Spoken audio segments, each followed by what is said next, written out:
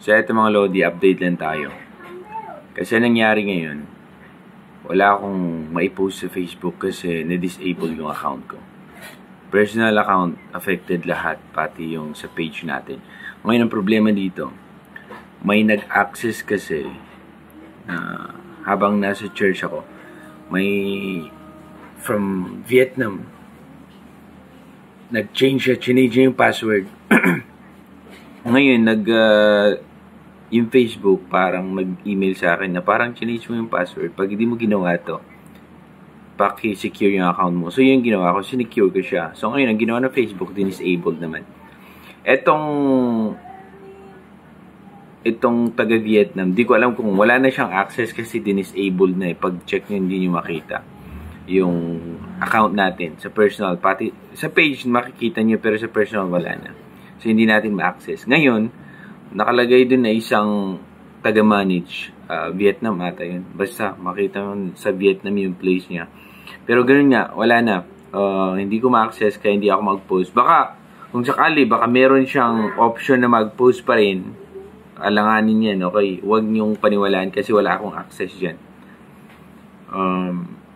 So, saan muna ako mag-update sa inyo? Pwede sa Telegram or dito, mostly sa YouTube na. So, antayin ko muna kung possible na ma-recover natin. Pero parang nung re-recover ko, hindi na siya ineligible na siya. Bakit? Kasi parang meron siyang ginawa. Ginamit niya, kinonect niya yung Oculus account niya. Tapos Meta Quest, nag-message sa akin na deactivated na yung account mo kasi ganito ang pinaggagawa mo. So, parang may mga... Sa tingin siguro, meron siya makukuha. Okay, dun sa account ko na parang makapag-purchase siya dun ng Oculus Quest, kung ano-ano mo yung games dun. Pero wala naman parang, meron na itong create na account dun, pero hindi ko man lang kinect or ginamit. So, yun lang. Update ko kayo. Kasi, yung sa page, baka may mag-post ng mga link kung ano-ano, wag nyong i-click muna. Okay?